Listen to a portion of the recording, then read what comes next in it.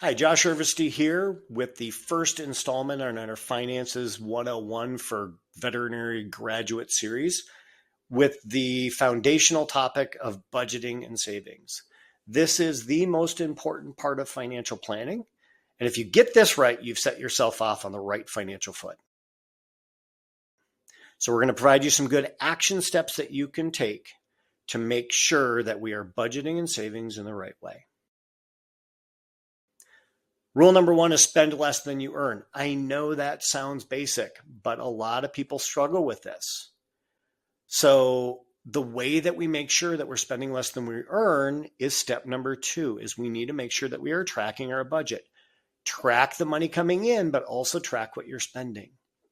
I find that generally it's going to take 3 to 6 months of tracking your budget to figure out what your baseline is, because every month we do have some fluctuation in what our expenses are. Now, there's a couple of simple ways that we can do this. One is through basic spreadsheets. Another is there are some online apps that can help with this, such as You Need a Budget or Simplify by Quicken.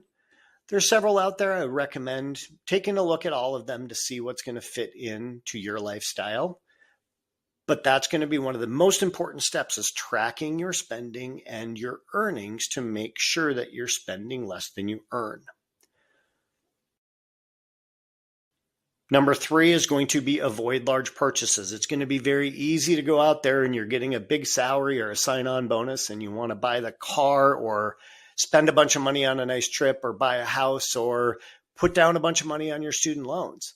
I'm going to recommend that you wait 6 to 12 months before making major purchases, because what we want to avoid is locking ourselves into a higher obligation for fancy purchases that we can't keep up with on our ordinary income. Step 4, make sure you got a really good emergency savings. 3 to 6 months of emergency savings, which is your monthly expenses, is going to be the first major thing that we're going to be putting money away for. Good news is, if you got a nice sign-on bonus, that could be taken care of already. But we want to make sure we've got emergency savings set aside before we start worrying about too much else. Once we have the emergency savings, then we can start looking at long-term and short-term goals. So things like travel or some of those major purchases or practice ownership or paying off our student loans faster. Those are good examples of short-term goals. But we also want to focus on those long-term goals. Retirement, making sure that we're setting aside money for the future, maybe our kids' education in the future and those types of things. But if we don't have a good budget to start with, we don't know what we have available to set aside down the road. So very basic, that's what we want to focus on. Make sure that we're focusing on a good budget, getting some emergency savings in place, as well as maintaining discipline when it comes to our budget on a monthly basis. I recommend that we revisit our budget about every 6 months just to make sure that things haven't slipped in there that we weren't expecting.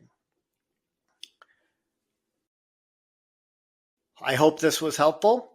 If you enjoyed it, please like and subscribe and share it with a friend. Have a great day.